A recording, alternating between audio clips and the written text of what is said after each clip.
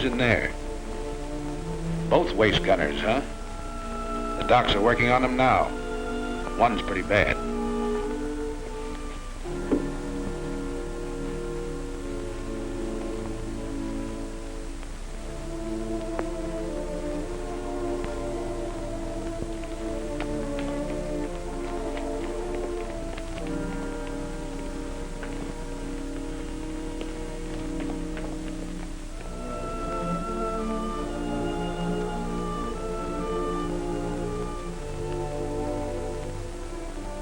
Easy now, you guys. It's Bob Wallace, co-pilot.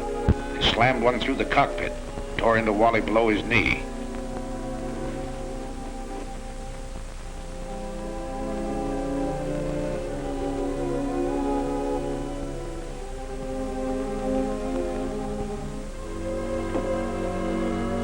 Bulletproof glass.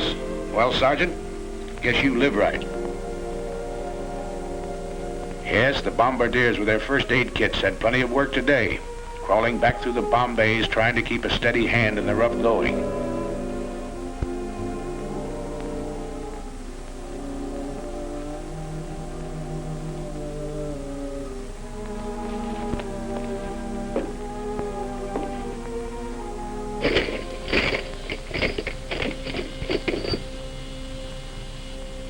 Many of your pals left you that day.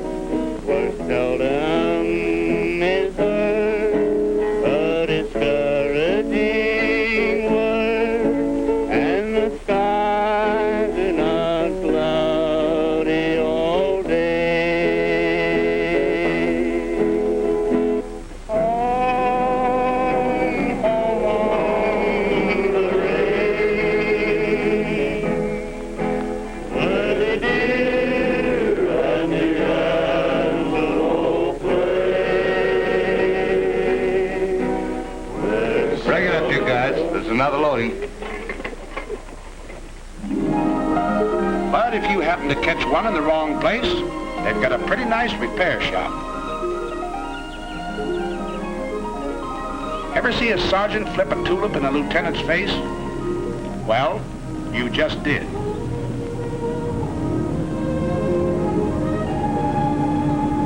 Yeah, while the gang at the base carries on, you can take it easy for a while.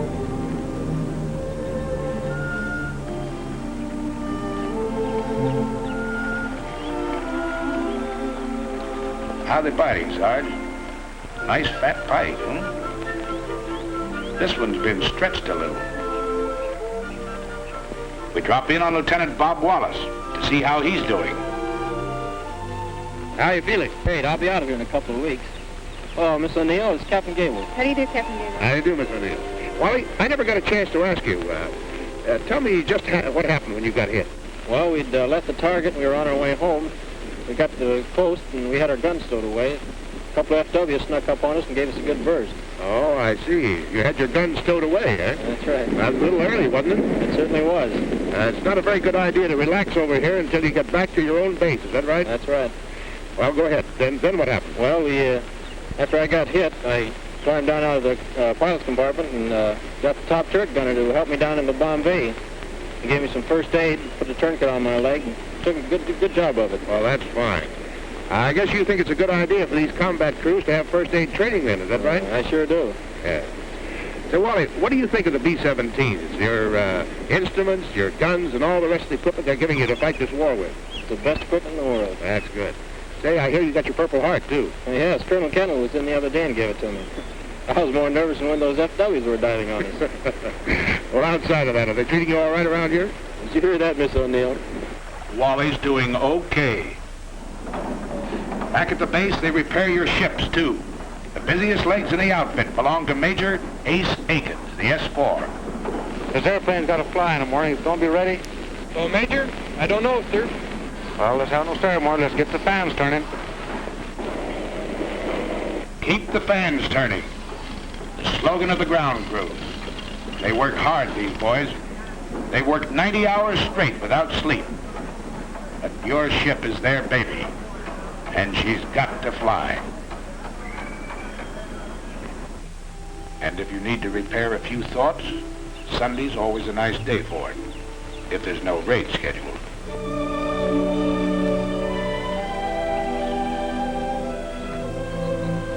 What do you know, kid? This church was built 900 years ago.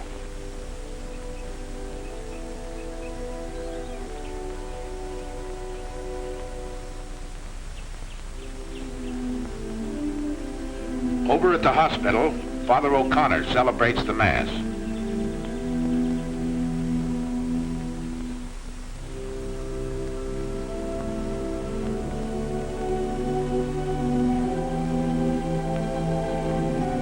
The boys receive Holy Communion. Here's Pete Provenzale. He's leaving the hospital tomorrow.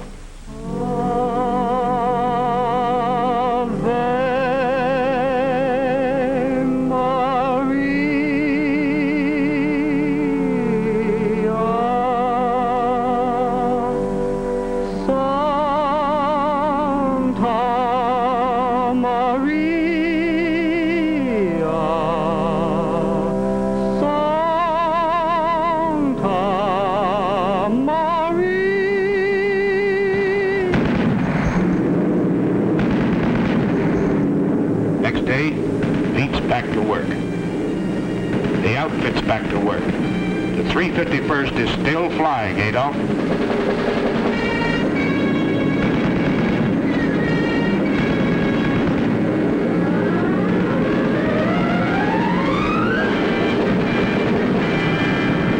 Attention to orders. General Orders number 93. Headquarters 8th Bomber Command. 11th July, 1943. You can't get out of it, you know. They pin medals on you for this sort of work. It's not so much a thrill for you. It's the big kick it will hand the folks back home. The Silver Star, the Distinguished Flying Cross, the Soldier's Medal. Dad and Ma and that certain girl. They'll cut out the clippings and drive the neighbors nuts. Bombardier Stevens, the DFC, because he's been batting 1,000 over Germany. And one to Pilot Peters. He had to ditch in the channel, but his coolness and courage saved his crew. Bill Hulls gets 2 clusters on his Air Medal for straight shooting. The DFC to Tim Tutchin. A Focke Wulf and a Mountain Lion? No difference, he says. The control wires were shot in 2, so the DFC to Sergeant Del Conte, who tied them together. His hands punctured with flak. A Silver Star finds itself next to Provenzale's Purple Heart. He refused first aid till the Jerry fighters quit and stuck to his gun. The day the group led the wing over Schweinfurt, Colonel Hatcher was air commander. To him, the Silver Star. And the DFC to Kenny Hulls. Colonel Gross is smiling because Kenneth was having a Coke in the PX when his name was called. Are you forgetting your 5 confirmed Jerry, Sergeant? We're not. And they don't forget you when you're a little battle-weary and need a rest. At a very gay seaside community, a world-famous resort hotel has been converted for your pleasure by the Red Cross. A great place here. Sleep, eat, or what have you. Hey!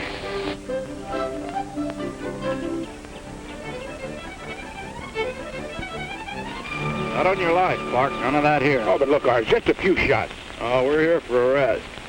Right, you guys? Right. Well, all right, then how's this? I'll follow them around with a silent camera for 1 day. They won't have to say a word. Good deal? Good deal. An English Surrey with a fringe on top. Nice fringe. Carry you to the old swimming hole.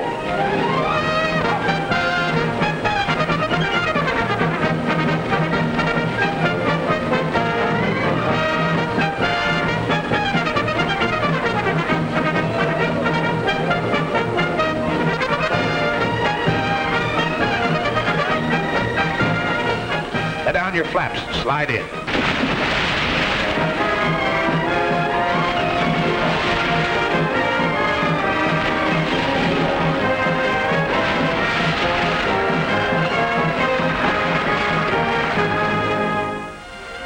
Now let's see what the boys back at the base are doing. Why, they're getting a few laughs too. We'll let the man who's handing them out tell you about it. Hello, everybody. This is Bob somewhere in good old Jolly Hope, laying a few eggs for the boys that really know how to lay them. Yes, sir, this is one of the happier cow pastures that we worked in over there in England. And look who's dancing. You know, I used to dance with Fred Astaire when we couldn't get girls. And right here you see Jack Pepper, which you hear through the courtesy of his draft board. This picture's a little dark, I understand, but after we were there a couple of weeks, we got a little braver and we started to work with the lights on. This is really a great, great crowd out there tonight.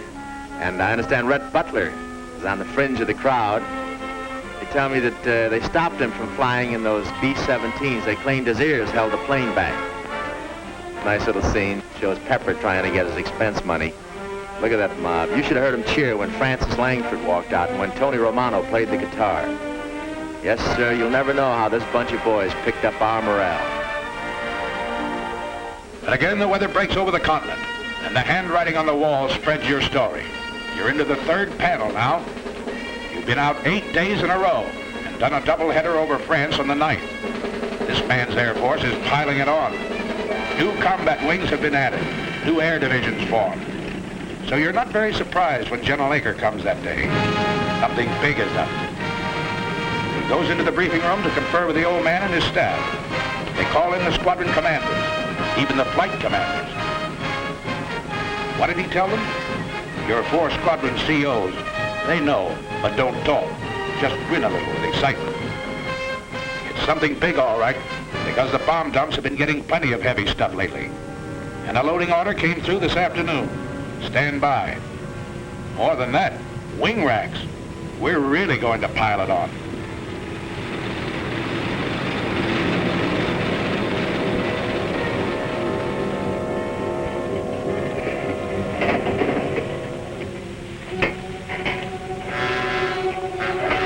And that night, as always, when you know a real dilly is coming up, you're a little restless. Out in the dispersals, you hear them winding up those engines.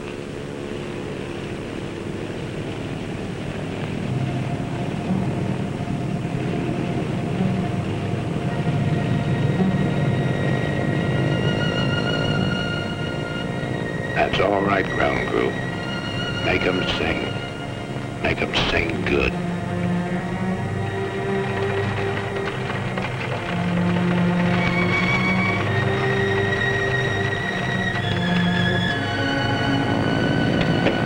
All right, you guys.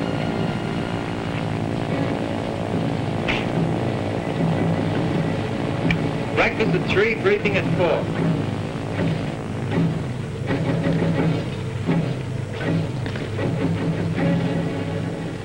Okay, man. For security's sake, anyone know what the target is for today? Saint Nazaire, Brussels, Paris. Oh, we'll see. All right, Sergeant.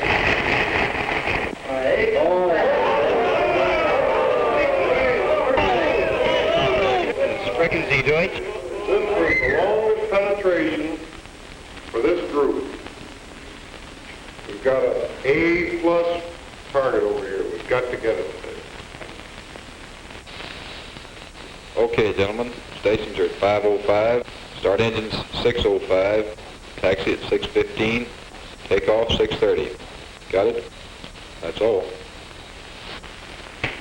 Okay, man, let's go get this target and then we'll take the jet.